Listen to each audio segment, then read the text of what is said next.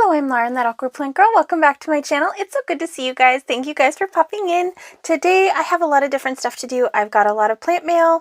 We're going to unbox some stuff. I've got some organizing stuff to get like substrates and whatnot organized. I don't know if we'll get through it all today or if we're just gonna like do a little bit each day and it'll kind of be like a blog thing and we'll just do it that way. So that's kind of the plan for right now. Let's go unbox some plants. So the shop I ordered from on Etsy is The Green Escape. I absolutely love them. They have their own website, but their website differs from Etsy. This is a black cardinal variant. I believe it's called the caramel or something like that. Yeah, black cardinal caramel. It's beautiful, beautiful plant. This one is a little bit more green, probably because the leaves are a little less mature, but I'm excited to see what it does. So I'll pot that up in a second, but I want to unbox this other one for you. And this is the Alocasia longlobia lucifer, which it gets very elongated little ears up top. It's so freaking cute. This one is definitely going in stratum. The other one I'm going to put in some water and stick in the tank. So let me get the stratum. When I am putting a plant in stratum, I try to take off all the soil as much as possible, but it's not like with leca where you have to make sure you're rinsing off the roots and everything. It's not that big of a deal. I just try to get as much off as possible because a lot of times they can get compacted if it dries out too much, and I don't know, it just feels wrong to me. So I just try to take all the roots off, or not all the roots, but all the soil off as much as possible to give the roots room to breathe. This one doesn't have a very substantial root system, but it's going to pop off like crazy inside some stratum. So I got stratum from Amazon. It's like 11 bucks for a little container. So it works out really well. All right, so now that I've got that alocasia all settled over there on my little alocasia display, hopefully it'll grow some roots. I'll try to update you before the end of this vlog so you can see what's going on with that. Hopefully we'll see how stratum does with it. Let's get these supplies all situated. I got like a whole bunch of different little boxes and whatnot for them, and I kind of just want to get them organized. I use different substrates for every type of plant. Like I have stratum, I have sphagnum moss, I mix sand and some soil, and there's just a whole bunch of different substrates. So we're just going to talk about the substrates and I'm going to get them all organized. That's the plan for right now, and then we'll see what time it is. And I do have some grow lights that I unboxed that I want to put up as well. I don't know if we'll have time for that today. If not, then we'll just kind of run with it and do it tomorrow. So this is my little area that I have all my substrates in. It's kind of a hot mess, just a whole bunch of random bags tossed in other random bags. I've got the little containers there. They're just little shoebox containers, a couple bucks each, nothing too crazy. So I'm just going to kind of pull everything out. I've kind of reorganized this whole thing anyway, but there's like little bits of perlite, there's sand in there, there's all kinds of random junk in there. Oh my gosh, substrates I've tried and didn't like. This is stratum. I am loving it so much, especially for alocasia. So, and yeah, horticultural charcoal. You guys know me and terrariums. It's a necessity. I add it to my calatheas as well. And then this is reptibark. It's just a cheaper version of fir bark, and it's not treated with salt and stuff. And then I wanted to try the cocoa coir. Here's my seeds and stuff. I have not tried the coconut husk coir stuff yet. It's on my list, but it's got to soak and I need a container for it. And then this is sphagnum moss. I think we're all familiar with sphagnum. And I'm just going to kind of put everything in their own little containers. So enjoy!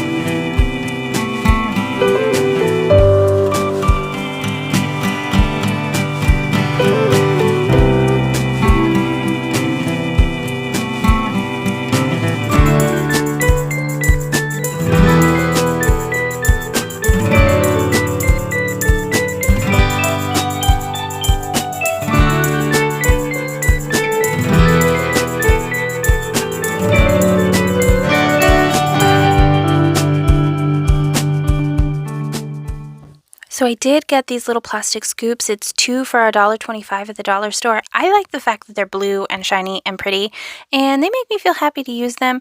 I could order other fancier like soil scoops online from Amazon or whatever, but I have fun with these ones, so I'm just gonna use all of these. I spent like $3 or $4 for a whole bunch of them and plenty for Substrates.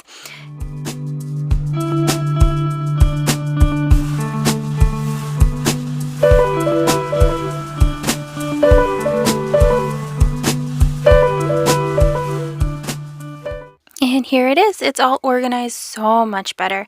It looks way better. I can find things easier. Eventually I'll label things. My label game is not on fleek.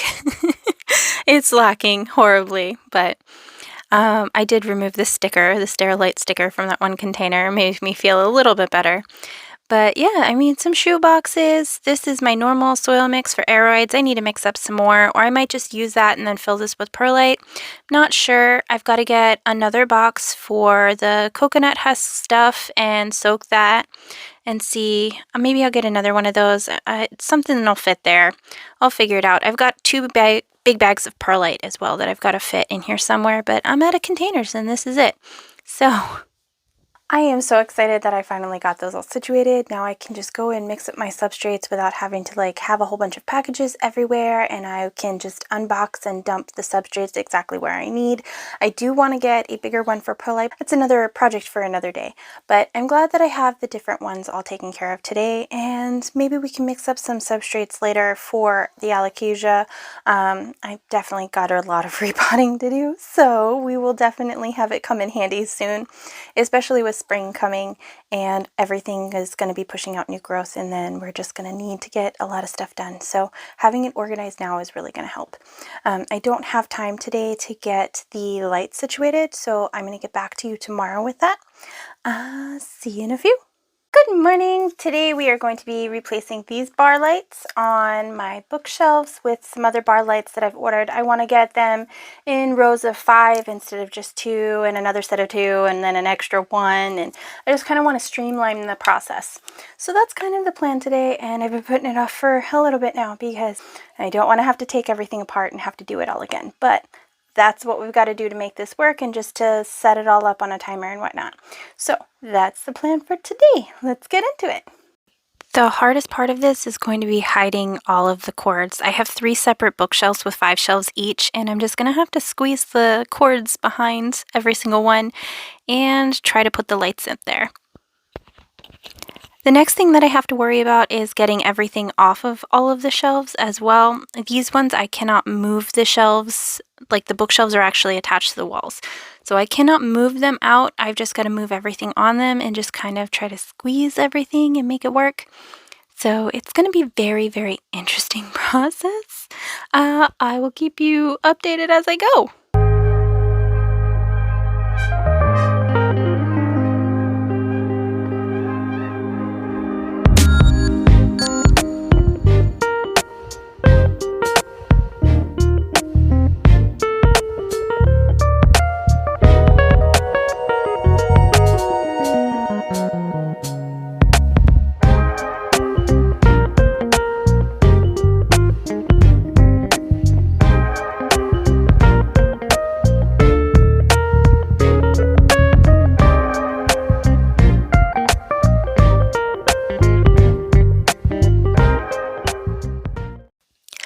So here I'm trying to put the lights under the shelves. They come with like a little sticky tape thing that can go like a sticky tape strip.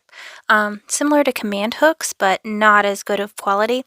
And I was hoping that it would kind of stay and I wouldn't have to screw anything, but this is the hot mess that we're into now. Some of them stay, most of them fall down. This is where all the tanks and everything has ended up. The beautiful hot mess that is rearranging a plant room. And you can see how they're all like hooked up and you have to do like side to side. And then each little cable plugs into each side, but the cables are only so long. So I was trying to have the cables still be plugged in and using this like strip stuff to just measure how wide the shelves needed to be. And it's not holding things. It's not working out. I'm just not, like, the cables are too short. I'm not liking it. It just falls apart. It's not holding things up. I'm definitely gonna have to screw everything. We're gonna take a minute for Groot to calm us down, because this is just, but we're gonna figure it out. It's just gonna be a lot of screwing, so we're gonna do that next. And here we go. This is the screws. Butterfingers today. This is the screws that I have. This is what's working. I'm testing to make sure that they're not going to go like right straight through and not fit my my things. These are the backup screws that I'm planning on using. I have plenty of them from other projects. I save everything like a dang pack rat. So these are the different sizes that I have, and I'm just trying to figure out which one is going to work to be strong enough to hold the light up and not puncture my, you can see here, like the ones that they give me would go through my bookshelf, so I can't use them. So I decided on the middle silver one, and I'm just going to use my drill, and I'm just going to get all these done as quick and as fast as possible. And I am not an expert drill person at all, but it works and it makes me feel good, and I'm just gonna power through this, and yeah. And ta-da, it looks like it's working out okay. So that's the plan. I've got to do it with a lot more of these, but if it's like I've got to check the center, see if the thing is too center in the shelves, it's not gonna reach the next one. You see what I mean? So that's the problem, but it seems to be staying now. I'm only using 2 screws, not 4, so hopefully that'll work. Alright, so far everything's looking really, really good. I do want to paint. I realized that one bookshelf does not match the other bookshelf, so I'm going to do that tomorrow, or maybe tonight, I don't know. But we're going to just like super delve into that and just kind of work on the aesthetics a little bit. And yeah, but thank God I'm done with thank goodness I'm done with those lights, because that was just, it was rough. I don't know if I really like them the way they are. Like the way they connected and whatnot, I didn't really enjoy that. There was only a limited amount of space. I wish that the lighting connectors had been a little bit different. Maybe I can buy different ones. I don't know. I just didn't appreciate that there's only so much length in between where the shelving can be and where the lights can be, and that only gives me so much space for plants. They're assuming that my plants are only going to be so tall, and I don't like that. I really don't. Because what if I wanted to grow my plants out? You know, what if I wanted to have 2 lights here and 2 lights here, and have like a bookshelf divided into 2 parts instead of having all the extra shelving, and just have tall plants on there? It limits my options, and I don't really enjoy that as a consumer. I'm not a huge fan of that, but I do appreciate the lighting, the technology that goes into these lighting, especially because it's so inexpensive. It works really well for what it does. I mean, it really wasn't that expensive at all to get all of these set up. It was just annoying as far as the limitations placed on it, but I guess for the price, I can't be too picky. So, but I will come back tomorrow when I'm ready to paint. Good morning! We're going to get some painting done. We're just going to kind of do it throughout the day. I don't know how much talking we're going to be doing. Sorry for the shaky camera. I lost my stand. My son was playing with it. He was playing Stormtrooper with it. I don't know where it went now. So with this shaky camera, I'm sorry. But we're going to go ahead and whip up some hand-mixed paint. What I did for all of my other bookshelves was I mixed a whole bunch of acrylic paint and a little bit of Mod Podge together, and that has withstood the test of time. It's been over a year without any issues on 3 separate bookshelves. So I'm just going to find a way to get this 4th bookshelf to match, maybe because it was a custom color. I have the same acrylic paints. I just don't know the exact amount that I mixed. So it's going to be a little bit of trial and error. It's going to be kind of a pain in the butt, kind of annoying. But I did have to do 3 coats on it last time, if I recall correctly, so I'll probably have to do it again this time, and it does take a little bit to dry because it's very humid in this plant room. I don't even have a humidifier or anything going on, it's just very humid, and I do have the heater on though, so it's really hot. I'm going to put my hair up and just kind of get everything done. So yeah, alright, so let's go mix up some paint. So this desert turquoise color was almost the same shade as my custom shades before, but it does need to be a little bit more green and a little bit darker. So I've got to adapt that. And I'm just going to mix in a bunch of colors. I'm adding a little bit more green. It looks purple there, but it's actually navy. I added too much green. This is too green. So I have to adapt it and add a little bit more blue. Too much blue, though, will turn it back the other way. This is award blue, so I'm hoping that the brilliance will counteract the green a little bit and just make it a little bit more teal. And so far, this is pretty dang close. You can see that it's just a little bit more green, and hopefully it'll match the custom colors that I have over here. And I just have this one bookshelf to paint, thank goodness. So